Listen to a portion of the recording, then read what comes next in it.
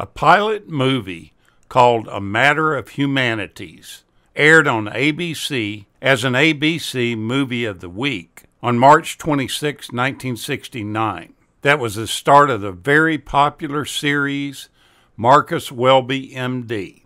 It was a medical drama that aired on Tuesdays at 10 o'clock Eastern Time.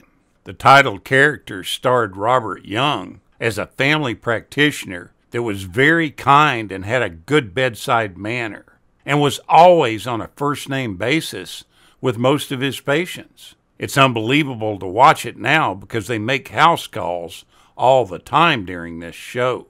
His partner was Steve Kiley, played by James Brolin, and he's a younger doctor who has more straight-laced methods of treating patients than Dr. Welby does. He's pretty unorthodox in the way he treats his patients. Their loving nurse is played by Elena Verdugo. She plays the character of Consuelo Lopez. Marcus Welby always drives his sedan, and his partner Kiley is always seen riding a motorcycle.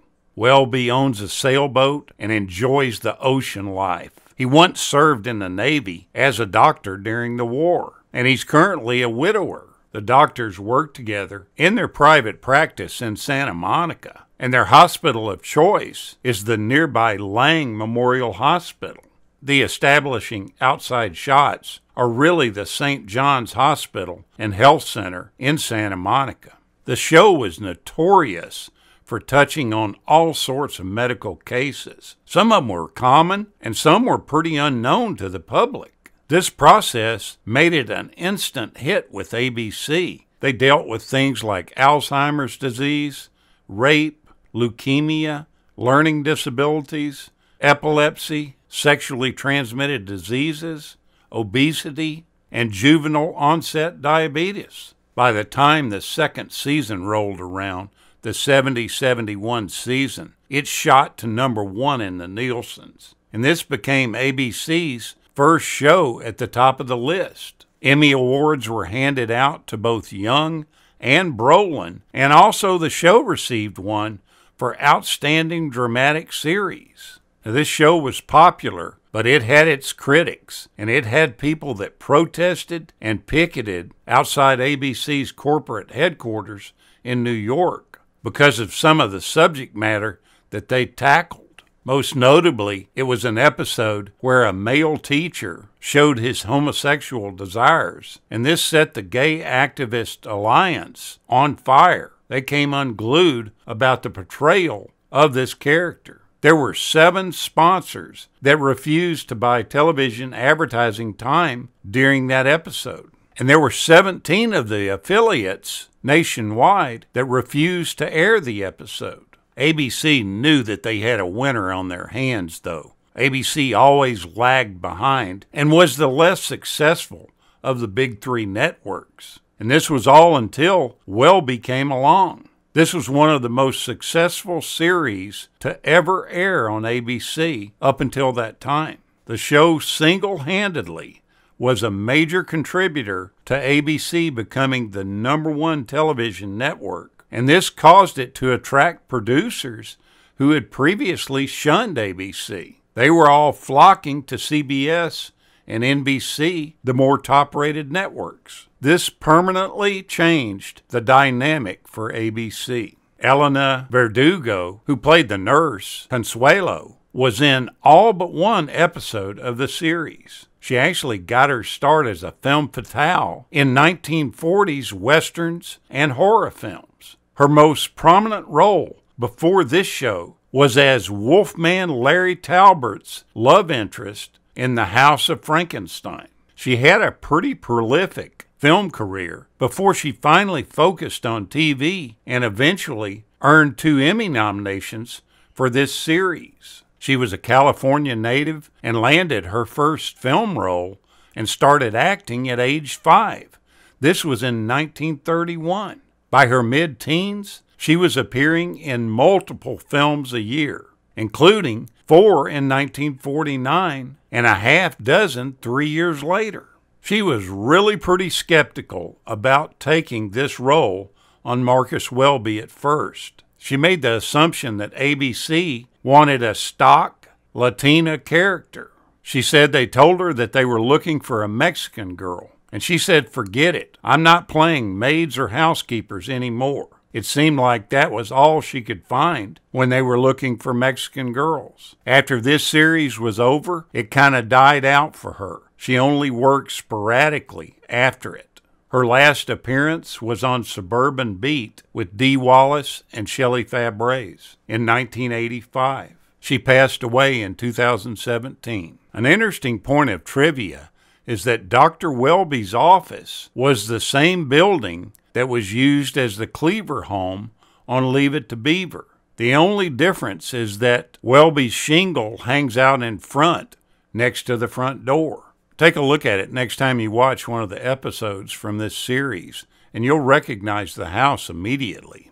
It seems strangely out of place because you constantly see them drive into the driveway, and it's obvious that it's a residential neighborhood. Other characters in the show that appear throughout the series is Dr. Welby's girlfriend, Myra Sherwood, played by Ann Baxter. Also his daughter, Sandy, first played by Christine Belford, and then by Ann Sheeding.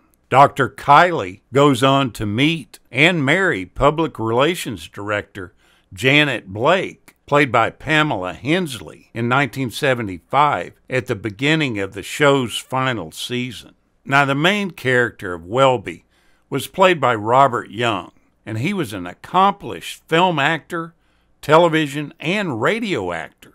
He had a hit series called Father Knows Best, and this series again plastered him on everybody's TV in the late 60s, early 70s. He was born in Chicago, but when he was a young child, the family moved to various locations in the United States, one being Seattle and Los Angeles. After he graduated from high school, he studied and performed at the Pasadena Playhouse. While he worked other odd jobs, he appeared in bit parts and in silent films. He was eventually discovered by an MGM talent scout who signed the actor to a contract. He made his film debut of a sound film with MGM in 1931. That movie was Black Camel with Charlie Chan.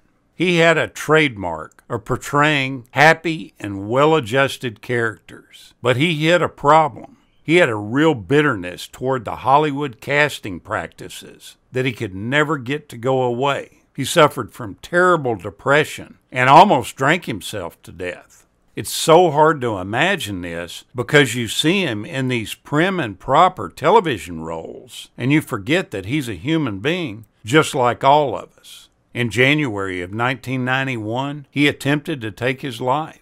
After this happened, he sought treatment, and he spoke real candidly about his personal problems, and he tried to encourage others to seek help. With his notoriety in hand, he helped open the Robert Young Community Health Center, named in his honor, and helped get the passage of Bill 708, which was a tax referendum in Illinois that established a property tax to support mental health programs in his home state. This center that he established is still going. It's located in Rock Island, Illinois, and it also has sites in Iowa. I think it's truly amazing to find out the struggles that he endured and how he came out the other side and is trying his best, even in his death, to help others. On July 21st, 1998, he passed away from respiratory failure at his Westlake Village, California home. He's interred at Forest Lawn Memorial Park, Glendale. Take a look back at this groundbreaking medical drama. I think you'll enjoy it. Thank you so much for watching, and we'll continue to chase the classics.